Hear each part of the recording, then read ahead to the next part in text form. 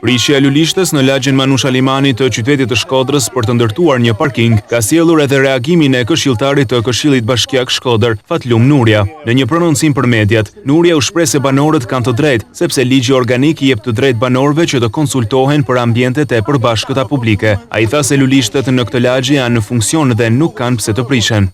Banorët kanë të drejtë, sepse ligji organik i jep të drejtë banorëve që të konsultohen për ambientet publike të përbashkëta, të konsultohen më përpara dhe të japin mendimin e tyre.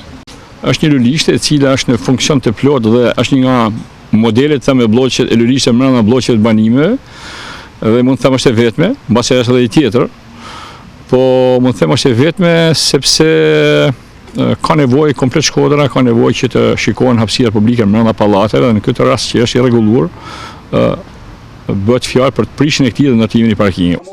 Por Nuria shtoi se Shkodra është në një fazë që nuk ka financa për të prishur diçka të rregulluar ose të bëjë diçka tjetër që i mungon qytetit. Nuria theksoi se bashkia duhet të lirojë hapësirat publike aty ku nuk cënohet interesi publik. Shkodra është në një fazë që nuk ka shëndet financiar që të prishë diçka që është rregulluar dhe të rregullojë të bëjë diçka tjetër që i mungon.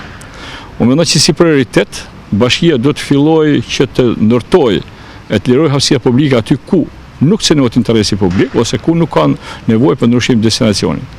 Prishja e lulishtes në lagjin Manush Alimani të qytetit të Shkodrës u denoncua në televizionin Rozafa nga banorët të kësaj lagje. Në një reagim pas këtij lajmi, Bashkia e Shkodrës zbuloi projektin që do të kryhet në këtë lagje dhe premtoi se nuk do të ketë prishje të lulishteve, por vetëm një zgjerim të rrugës.